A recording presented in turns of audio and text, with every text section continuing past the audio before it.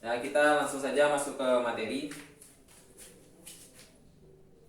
Materi kita yang pertama itu individu. Di sini anak-anak ada yang tahu apa itu individu? Tidak ada? Ah, Baik, secara bahasa, individu ini berasal dari bahasa Latin.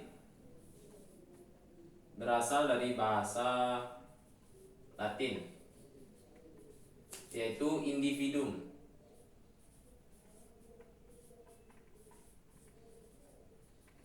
Yang artinya adalah seorang.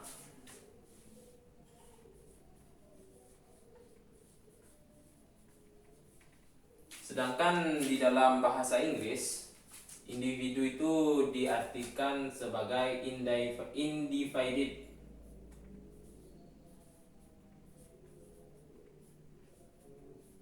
Yang artinya tidak dapat terbagi.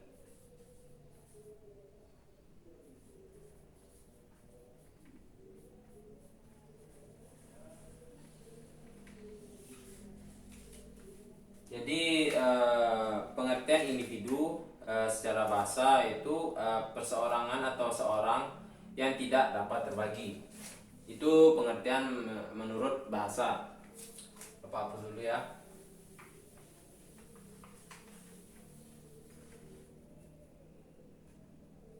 Sedangkan di dalam ilmu sosiologi, individu itu diartikan sebagai diibaratkan sebagai sebuah organisasi yang tidak terikat dengan organisasi lainnya, baik itu dalam hal tindakan, perilaku, dan lain-lain.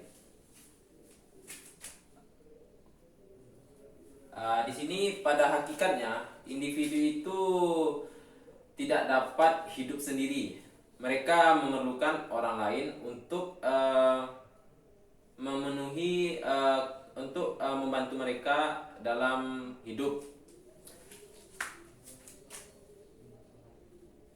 Karena kalau seandainya individu itu tidak dibantu oleh orang lain, maka individu ini akan kesulitan dalam menjalankan aktivitasnya dalam kehidupan sehari-hari. Seperti kalian misalnya, jika tidak ada ibu atau ayah kalian di rumah, mungkin yang akan mencari nafkah, yang membuat makanan untuk kalian setiap pagi itu tidak ada. Nah, jadi kalian akan kesulitan jika ibu misalnya tidak ada, kalian akan kesulitan dalam memasak makanan. Nah, itu. Mungkin anak-anak semuanya pernah mendengar pepatah yang mengatakan ringan sama dijinjing, berat sama dipikul. Nah, dari pepatah tersebut dapat diartikan bahwa eh, kita sebagai individu ini tidak dapat hidup tanpa bantuan orang lain. Kita memerlukan orang lain untuk membantu kita dalam kehidupan sehari-hari. Maka individu ini membutuhkan orang lain.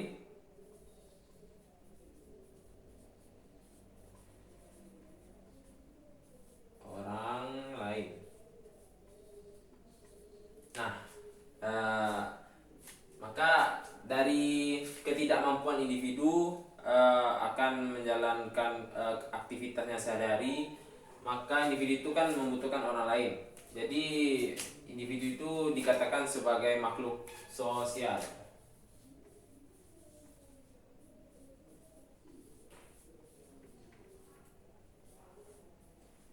Ada yang tahu apa itu pengertian dari makhluk sosial? Oke, anak-anak ada yang tahu? Tidak? Oke, Bapak jelaskan. Makhluk sosial adalah manusia yang tidak bisa hidup sendiri dan membutuhkan orang lain untuk kehidupan hidupnya.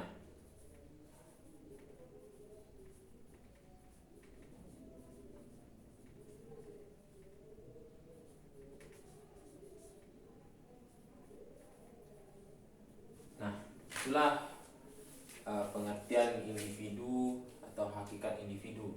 Pada dasarnya hakikat individu itu adalah makhluk sosial yang membutuhkan bantuan orang lain untuk mempertahankan hidupnya. Nah, setelah kita lanjut ke materi selanjutnya.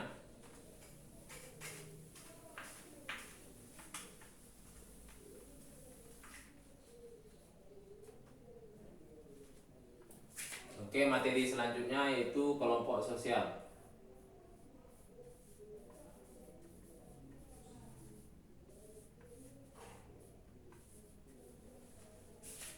Sebelum masuk ke dalam pengertian kelompok sosial, di sini ada beberapa faktor yang membuat seorang individu ingin hidup secara berkelompok.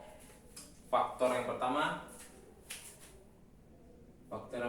adalah ingin melanjutkan keturunan.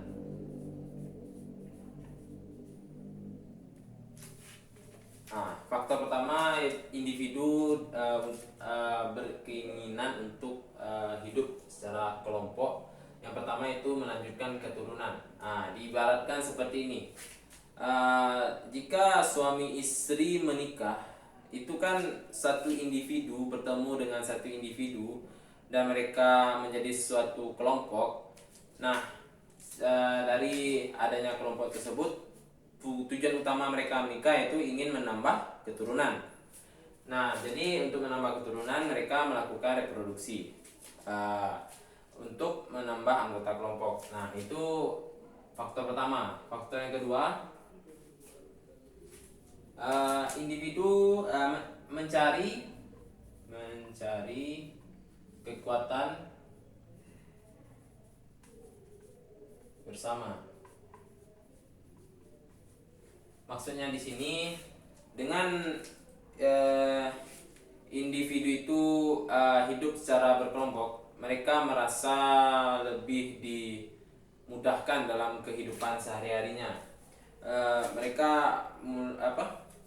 tugas-tugas mereka merasa diringankan. Contohnya saja itu laki-laki menikah dengan perempuan, di mana di sini nantinya kehidupan laki-laki itu akan diurusi oleh perempuan tadi, baik itu dalam makanan, pakaian, kasih sayang mungkin, dan lain sebagainya. Begitupun sebaliknya, perempuan nanti kebutuhan hidupnya seperti dinafkahi oleh laki-laki, merasa dilindungi oleh laki-laki. Nah, itu mencari keuntungan bersama. Faktor yang ketiga,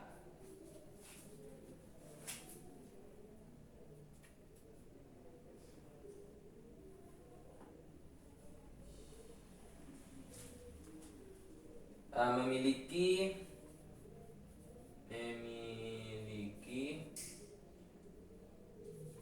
kesamaan antara individu.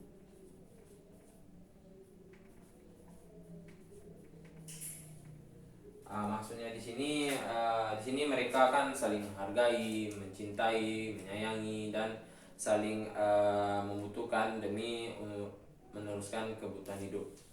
Nah, inilah faktor yang membuat seorang individu ingin hidup secara berkelompok. Oke, Bapak hapus dulu ya.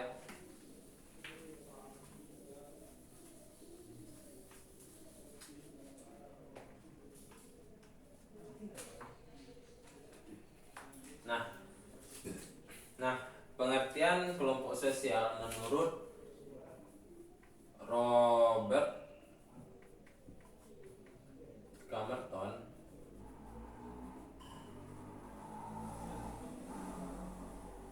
dia menggambar kelompok sosial adalah sekumpulan orang yang berinteraksi sesuai dengan pola yang telah mapan.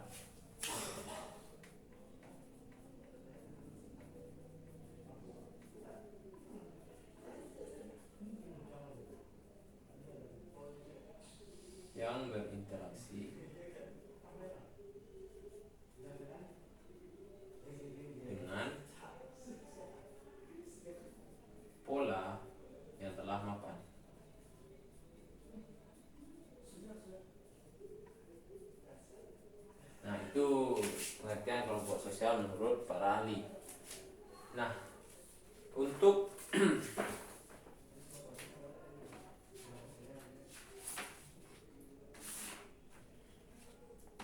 nah, di dalam kelompok sosial memiliki syarat-syarat tertentu, itu dapat dikatakan sebagai sosial. Nah, Bapak hapus dulu ya.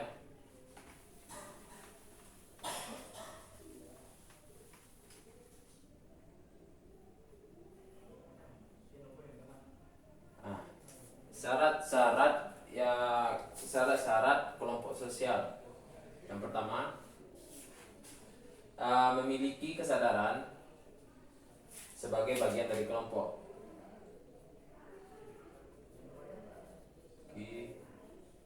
Kesadaran sebagai anggota kelompok. Yang kedua, adanya hubungan timbal balik. Hubungan timbal balik antara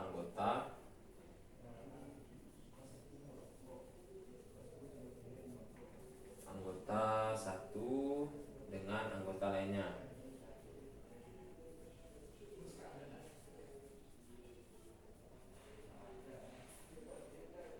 Yang ketiga,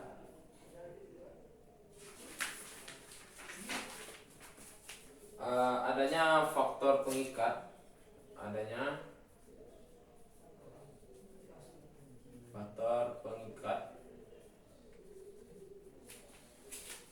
yang dimiliki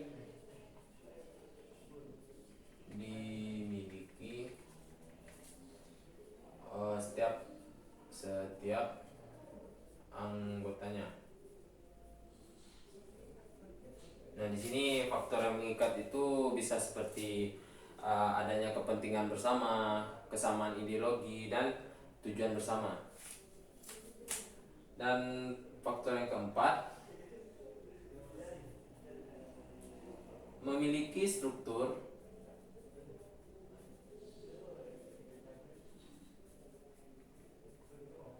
kaidah dan pola perilaku yang sama. Dan yang terakhir adalah syarat di dalam kelompok sosial itu adalah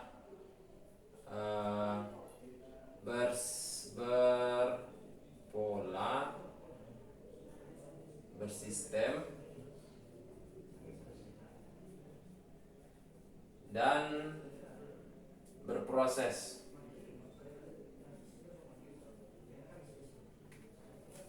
Nah, kelima ini adalah syarat utama itu dikatakan sebagai kelompok. Yang pertama itu memiliki kesadaran sebagai anggota dari bagian kelompok tersebut, adanya hubungan timbal balik antara anggota yang satu dengan anggota lainnya, adanya interaksi di dalamnya, dan yang ketiga adanya faktor pengikat yang dimiliki setiap anggotanya. Faktor pengikat tersebut terdiri dari kepentingan bersama, tujuan yang sama, dan ideologi yang sama, memiliki struktur, kaidah, dan pola perilaku yang sama, dan berproses, bersistem, dan berpola. Nah, ini merupakan syarat utama dari dikatakan sebagai kelompok sosial. Nah, kita masuk ke materi selanjutnya.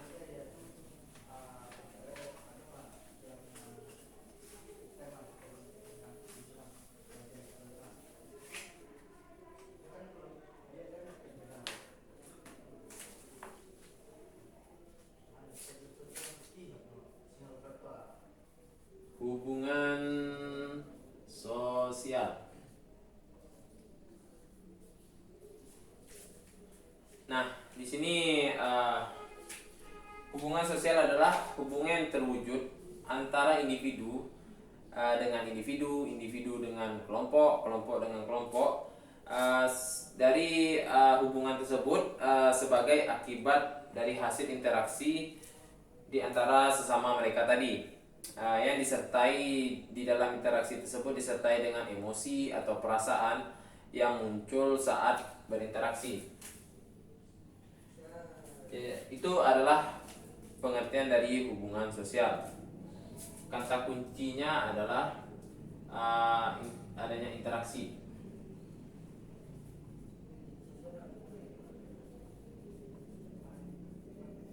Adanya interaksi antara individu, interaksi antara individu,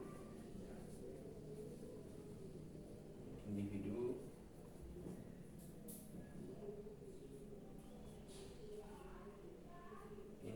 dengan kelompok,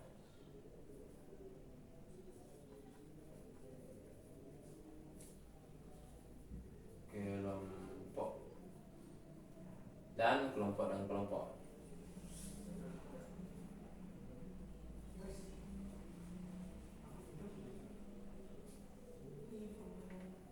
Nah, jadi itu di dalam hubungan sosial adanya interaksi antara individu dengan individu, individu dengan kelompok, kelompok dengan kelompok.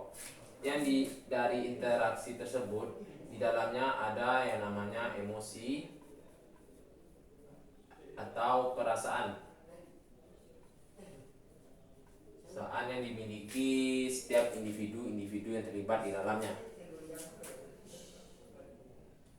Nah, itulah pengertian dari hubungan sosial. Kita masuk ke dalam faktor pendorong hubungan sosial. Apa dulu?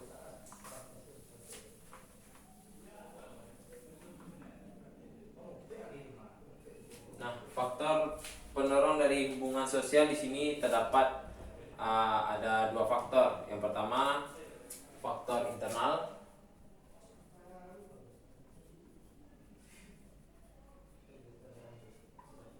Yang kedua yaitu faktor eksternal.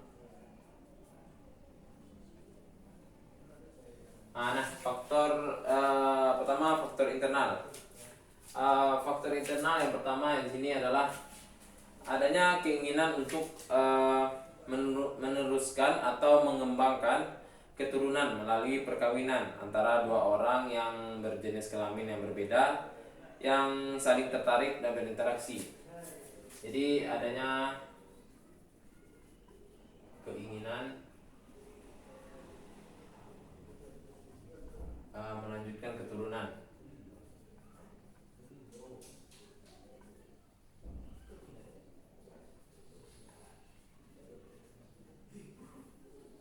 Yang kedua, adanya keinginan untuk memenuhi kebutuhan hidup.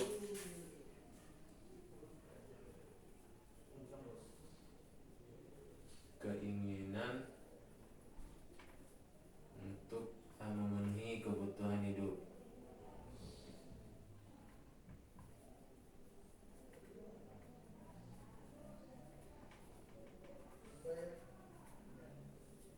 Yang ketiga, adanya keinginan untuk melakukan komunikasi dengan sesama mereka. Ada keinginan melakukan komunikasi.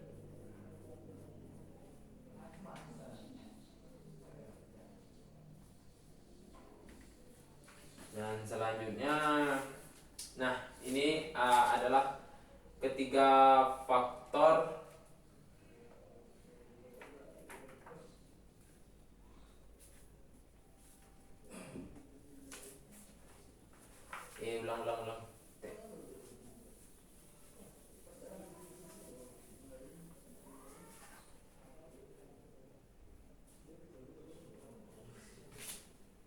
ulang.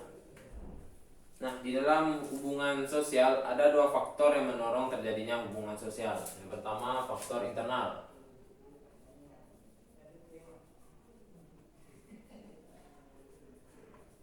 Nah,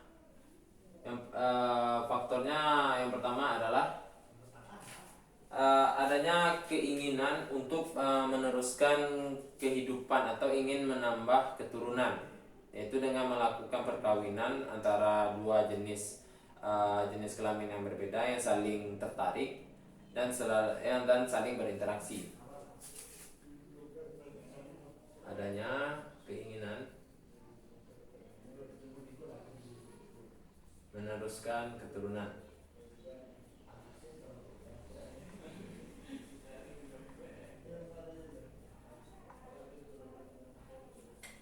Yang kedua, adanya keinginan untuk melangsungkan kelangsungan hidup, terutama dalam menghadapi serangan dari apapun. Adanya keinginan mempertahankan hidup.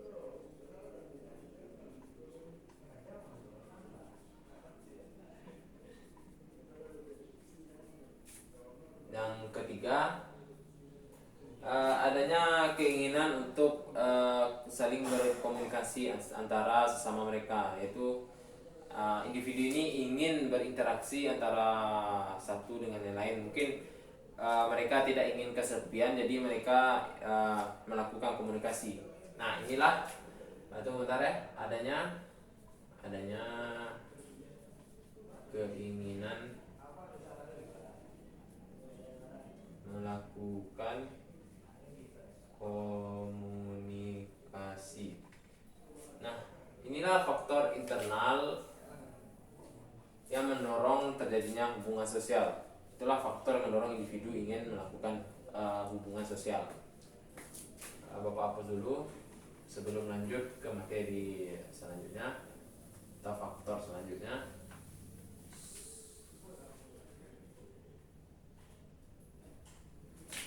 Faktor selanjutnya itu faktor eksternal. Nah, faktor eksternal.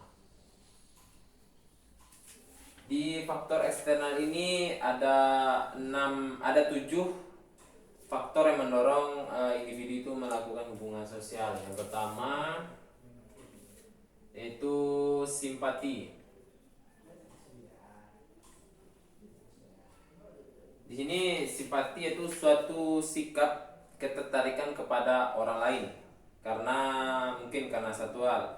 Contohnya di sini kalian melihat seorang anak jalanan yang berpakaian kumuh, kotor dan tidur di jalanan. Kalian merasa ada perasaan iba di dalam diri kalian. Nah, itu merupakan contoh dari simpati. Contoh lainnya seperti ketika ada tetangga kita yang sakit, kalian menjenguknya. Nah, itu juga merupakan contoh dari simpati. Yang kedua yaitu motivasi. Motivasi di sini adalah dorongan di dalam diri kalian, di dalam diri seseorang yang mendasari orang tersebut melakukan sesuatu atau perbuatan. Contohnya, misalnya Bapak memberikan pujian kepada kalian karena nilai kalian bagus. Nah, itu merupakan suatu motivasi bagi kalian agar mendapatkan pujian dari Bapak. Atau contoh lainnya, diberi hadiah oleh orang tua jika mendapatkan nilai yang bagus. Nah, jadi di situ kalian kan nanti berlomba-lomba berusaha agar mendapatkan hadiah dari orang tua dengan meningkatkan kualitas belajar kalian demi memperoleh nilai yang bagus. Itu contoh dari motivasi. Yang ketiga, empati. Empati di sini itu suatu rasa haru atau iba sebagai akibat dari simpati tadi. Di sini kalian tersentuh perasaannya dengan objek yang kalian lihat. Contoh saja ketika di simpati, Bapak mencontohkan kalian merasa iba dengan anak jalanan yang di jalan tadi dengan berpakaian kumuh dan tidur di jalanan. Nah, kalian dari rasa iba tersebut, hati kalian terdorong untuk membantu anak jalanan tersebut, misalnya memberi pakaian layak pada mereka atau memberi makan mereka. Nah, itu merupakan adanya tindakan di dalam diri kalian. Itu yang dinamakan dengan empati. Nah, selanjutnya 4, imitasi. Nah, imitasi adalah suatu proses belajar dengan cara mengikuti atau meniru orang lain. Dampak dari imitasi ini adalah bisa dampak positif ataupun dampak negatif. Contoh dari dampak negatif tersebut misalnya balita meniru gaya bicara orang tuanya. Seperti kalian orang tua ngomong jangan, hati-hati. Nah, nanti kan balita itu meniru dari apa yang didengarnya dari orang tua tadi. Nah, itu bisa dikatakan positif. Yang negatifnya misalnya kita tahu seperti saat ini banyak orang yang meniru gaya berpakaian boy band atau girl band dari Korea. Nah, di situ kan pakaiannya agak seksi dan danannya agak menor, agak berlebihan. Nah, itu di dalam masyarakat itu dipandang sebagai suatu hal yang negatif atau yang buruk. Nah, itu dipandang di dalam masyarakat sebagai sesuatu hal yang tidak baik. Lanjut ke contoh selanjutnya, yaitu sugesti. Nah, sugesti adalah cara pemberian suatu pandangan atau arahan oleh seseorang kepada orang lain dengan cara tertentu sehingga orang tersebut mengikuti pandangan atau pengaruh tersebut. Contohnya di sini misalnya iklan di TV. Kalian sering menonton TV kan? Nah, di iklan TV itu mereka memberikan arahan bahwa misalnya produk mereka itu bagus-bagus, kualitasnya oke. Nah, kalian berpikir, wah, aku mau beli itu ya. Nah, itu kalian sudah tersugesti. Contoh lainnya seperti di sekolah ini kan, bapak polisi datang mensosialisasikan kenakalan remaja seperti balap liar dan lain-lain. Nah, bapak itu memberi sugesti kepada kalian agar berpandangan bahwa balap liar itu adalah suatu tindakan yang tidak baik. Itu merupakan contoh sugesti. Nah, contoh sugesti lainnya ketika saat kampanye paslon nomor 1 dengan paslon nomor 2. Kalian melihat paslon nomor 1 di situ dia memberikan arahan atau suatu pandangan terhadap dirinya itu baik-baik saja. Dia berharap kalian memilih mereka, dan jika kalian termakan dari sugesti paslon tersebut, maka kalian itu dapat dikatakan sudah tersugesti dengan apa yang diberikan oleh pandangan yang diberikan oleh orang tersebut. Selanjutnya 6, identifikasi.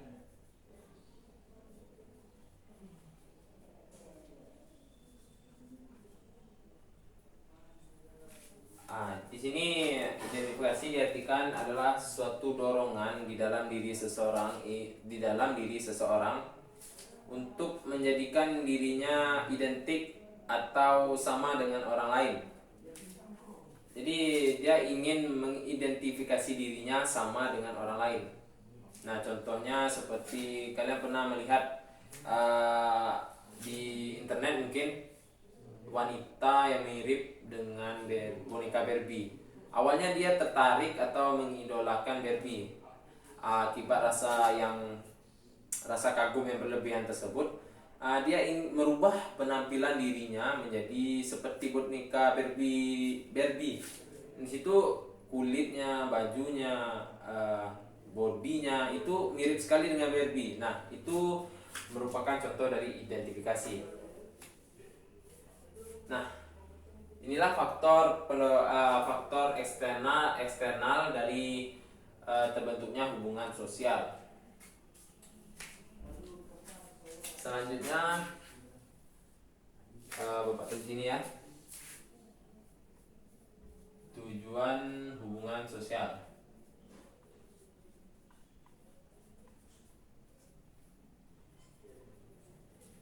Yang pertama itu menjalin hubungan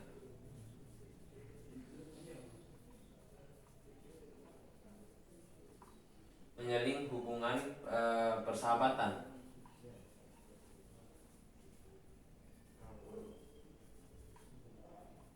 Yang kedua, menjalin hubungan usaha.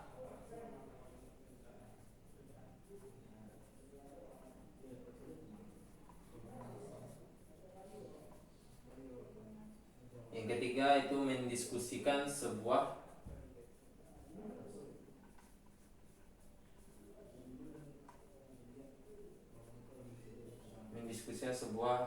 persoalan.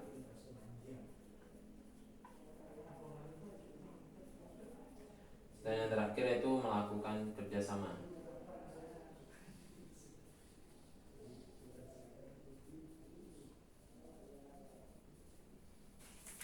Nah, inilah tujuan seorang individu ingin melakukan hubungan sosial. Ada 4. Untuk mencapai tujuan tersebut tentu menjalani suatu proses. Nah, di sini ada yang dinamakan dengan proses sosial.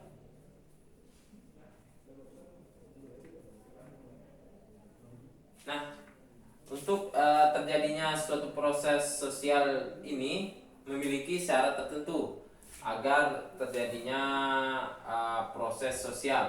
Yang pertama yaitu adanya kontak sosial. Kontak sosial di sini diartikan sebagai hubungan satu orang lain atau lebih melalui percakapan yang keduanya saling mengerti maksud dan tujuan dari percakapan tersebut. Kontak sosial di sini dapat berupa kontak secara langsung maupun tidak langsung. Kalau tidak langsung, contoh kontak sosial secara langsung bertemu atau berbincang tatap muka. Yang contoh secara tidak langsung mungkin kontak sosial melalui HP, melalui Gmail, melalui WhatsApp, melalui Instagram. Dan syarat proses sosial yang kedua yaitu adanya komunikasi. Nah, komunikasi itu suatu proses yang saling memberikan informasi atau tafsiran kepada pihak lain. Nah, bentuk-bentuk komunikasi itu di situ adanya pembicaraan, kontak fisik, gaya ataupun emosi. Misalnya kalian berbicara dengan teman kalian, tentu kalian saling berkomunikasi. Adanya mungkin ada gerak tubuh ini dan adanya perasaan atau emosi yang dibawa ke dalamnya. Misalnya kalian curhat, nah itu kan membawa emosi atau membawa isi hati kalian kepada orang lain. Itu dikatakan emosi. Oke, Bapak hapus dulu.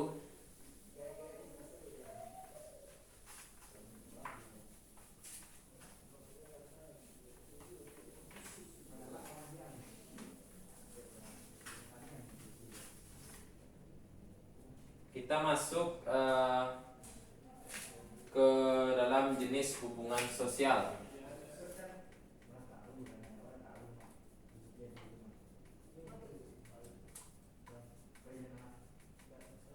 Terdapat 3 jenis dari hubungan sosial ini. Yang pertama yaitu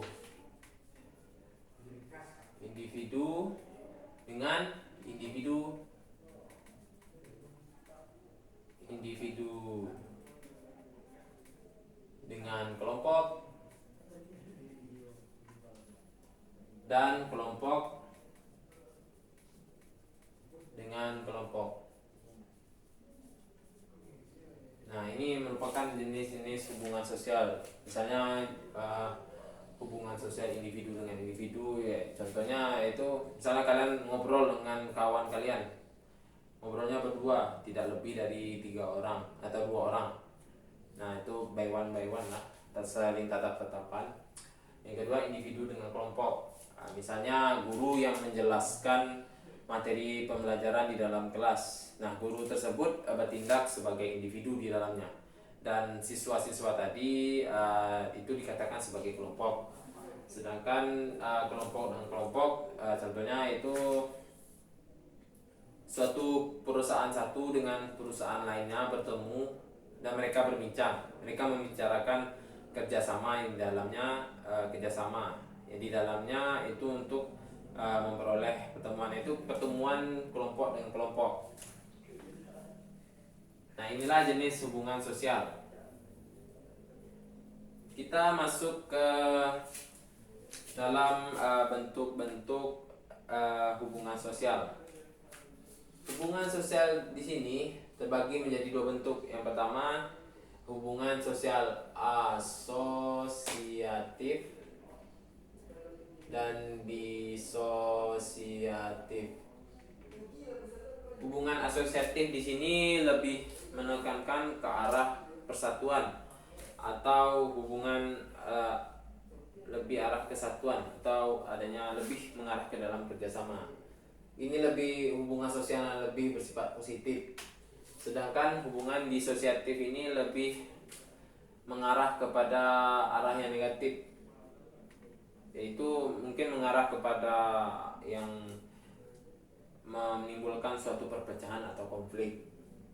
Nah, contoh-contohnya di sini, contoh pertama dari bentuk hubungan sosial asosiatif. Yang pertama yaitu kerjasama,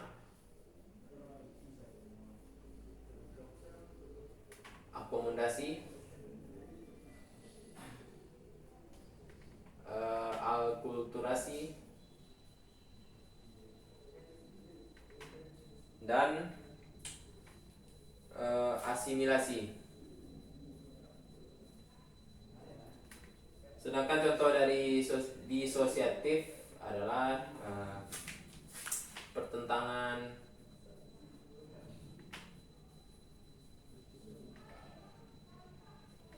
persaingan, dan kontra. Nah, inilah contoh dari bentuk hubungan asosiatif dan disosiatif. Nah, mungkin sampai di sini pembelajaran kita hari ini. Semoga Ananda semuanya dapat memahami apa yang telah Bapak sampaikan.